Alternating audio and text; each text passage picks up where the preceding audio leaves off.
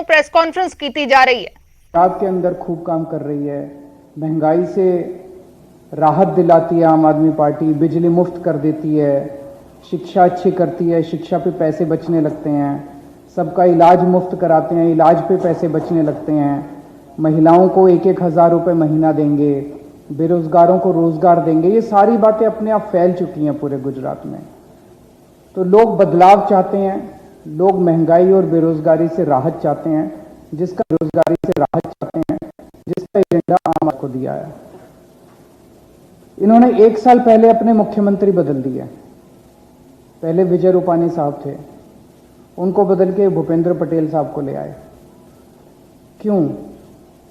इसका मतलब ये मानते हैं कि विजय रूपानी में कुछ गड़बड़ थी, कुछ कमी थी, पता नहीं, वो भ्रष्ट थे इसलिए हटाया गया, वो इनएफिशिएंट थे इसलिए हटाया गया, किस लिए हटाया गया, लेकिन 1 साल पहले उन्हें हटा दिया गया। और उसके पहले जब विजय रूपानी साहब को लाया गया था तो जनता से नहीं पूछा गया, अपने आप ही ये दिल्ली में बैठ के मुख्यमंत्री बदलते रहते हैं, दिल्ली में बैठ के अरे गुजरात के लोगों ने, हम लोग जनतंत्र में रहते हैं, जनतंत्र में जनता तय करती है कि मुख्यमंत्री कौन होगा। आपने जनता से तो पूछा ही नहीं कि विजय रूपानी मुख्यमंत्री बनेंगे 2016 में, और फिर 2021 में आपने पूछा ही नहीं कि विजय रूपानी जी को हटाएं कि ना हटाएं। आपने पूछा ही नहीं कि भूपेंद्र पटेल को हटाएं कि किसी और को बनाएं, भूपेंद्र पटेल को बनाएं कि किसी और को। हम ऐसे नहीं करते, हमारी आम आदमी पार्टी में हम ऐसे नहीं करते। हम जनता से पूछ के तय करते हैं कि आप किसे मुख्यमंत्री बनाना चाहते हैं। आप लोगों को याद होगा जब पंजाब के चुनाव हुए थे, हमने जनता से पूछा था कि अगला मुख्यमंत्री कौन होना चाहिए, और बड़े भारी बहुमत से जनता ने भगवंत मान साहब का नाम दिया था कि भगवंत मान को हम मुख्यमंत्री देखना चाहते हैं, और जनता की इच्छा के अनुसार हमने भगवंत मान साहब का नाम अनाउंस किया था। अब पूरे गुजरात के अंदर माहौल ये बन चुका है कि आम आदमी पार्टी की सरकार आ रही है, बदलाव होने जा रहा है, आम आदमी पार्टी की सरकार आ रही है।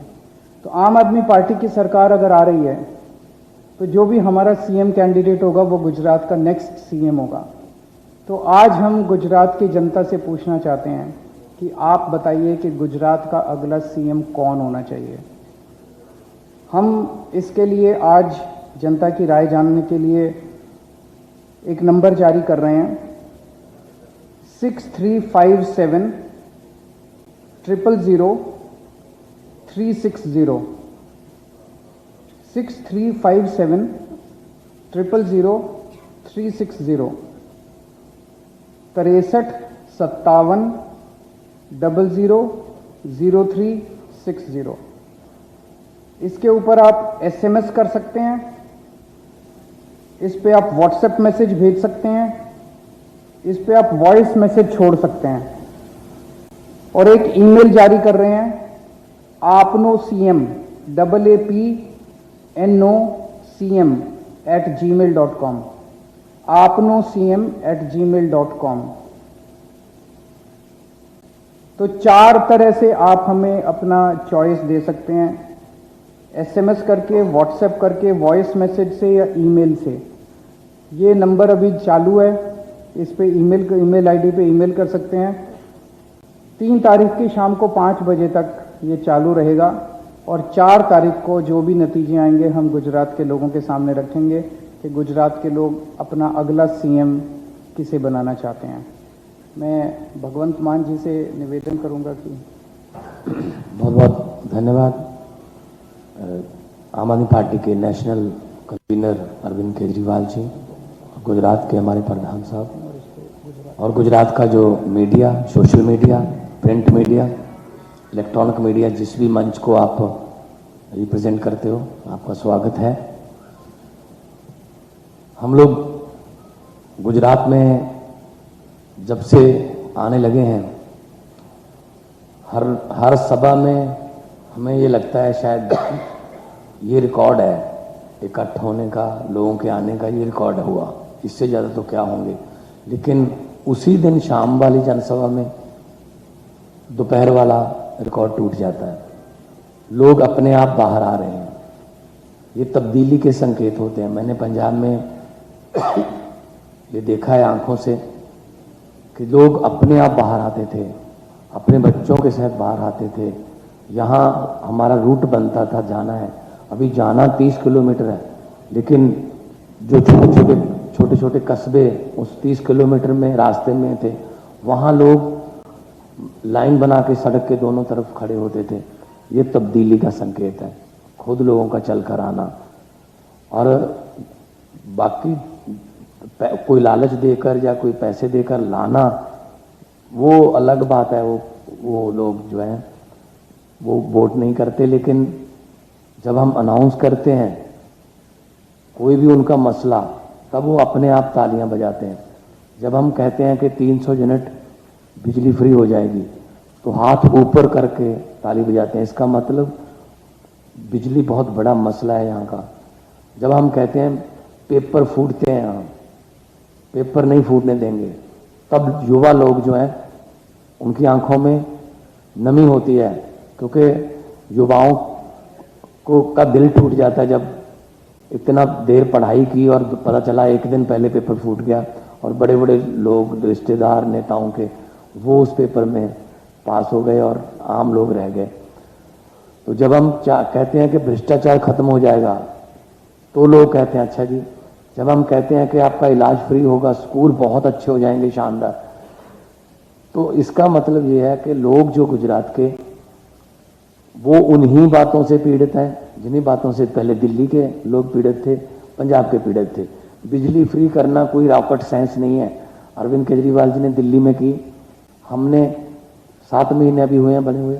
1 जुलाई को हम 16 मार्च को हमने शपथ ली थी, 1 जुलाई से हमने पंजाब में बिजली फ्री कर दी। तो 50 लाख घरों से ज़्यादा घरों को इस वक्त जीरो बिल आता है, आउट ऑफ 74 लैक्स। अभी सर्दी का बिल आएगा तो ये आंकड़ा जो है 68 लाख तक जाएगा। तो लोग खुश हैं, लोग, एक यकीन नहीं हो रहा लोगों को, लोग एक दूसरे को बिल दिखा रहे हैं, यार तेरा भी ऐसे ही आया, जीरो आया, कहीं कोई गड़बड़ तो नहीं है, कोई कंप्यूटर तो नहीं खराब हो गया कि जीरो बिल आ गया, लिखना भूल गए।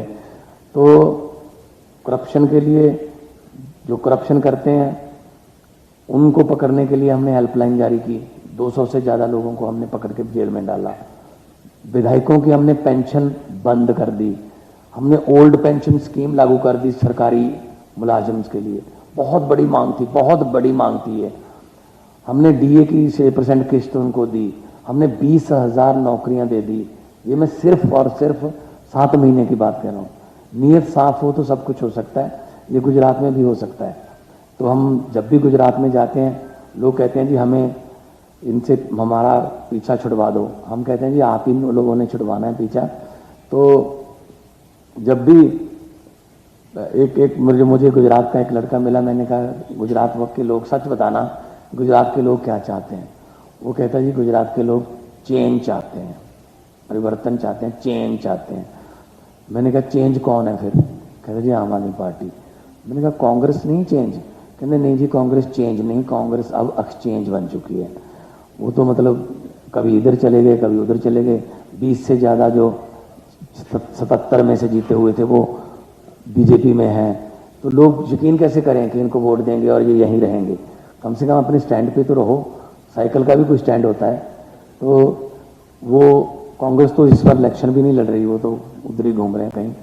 तो जो जिम्मेदारी लोग हमें देना चाहते हैं वो लोगों की आंखों में हमें समझ आ रही है, और लोगों का इतनी भारी गिनती में अपने आप चले आना बहुत ज़्यादा हम तब्दीली के संकेत हैं। हमारा हौसला बढ़ता है और हमारे बहुत से कार्यकर्ता गांव से आके हमें रिपोर्ट देते हैं कि इस चीज़ की कमी है, इस चीज़ की। जैसा कि अरविंद केजरीवाल जी ने बोला कि सिर्फ मुख्यमंत्री ही या हम लोगों से पूछ के नहीं बनाते, हम बजट भी लोगों से पूछ के बनाते हैं, हम इंडस्ट्रियल पॉलिसी भी व्यापारियों से पूछ कर बनाते हैं, हम एग्रीकल्चर पॉलिसी किसानों को पूछ के बनाते हैं, हम रोजगार पॉलिसी बेरोजगारों से पूछ के बनाते हैं। तो यही असली लोकतंत्र है। तो इन्होंने तो लूटने का रिकॉर्ड तोड़ रखा है, जहां मर्जी चले जाओ, लूट लिया बेच दिया, लूट लिया बेच दिया। नदी के घाट पर अगर ये राजनीतिक लोग बस जाएं, नदी के घाट पर अगर ये राजनीतिक लोग बस जाएं, तो प्यासे होंठ भी 2 बूंद पानी के लिए तरस जाएं। गनीमत है कि मौसम पर हुकूमत चल नहीं सकती, वरना सारे के सारे बादल भी इनके खेतों में बरस जाएं। तो हम इक्वलिटी की बात करते हैं, एक आदमी कामयाब हो दूसरा कामयाब ना हो उसको कामयाबी नहीं कहते। पूरा समाज कामयाब होगा तो पूरा गुजरात कामयाब होगा, पूरा देश कामयाब होगा। Thank you. मैं गोपाल जी से निवेदन करूंगा कि આજે ખૂબ ઉત્સાહ અને ગર્વનો દિવસ છે આપણા ગુજરાત માટે કે ગુજરાતના ઇતિહાસમાં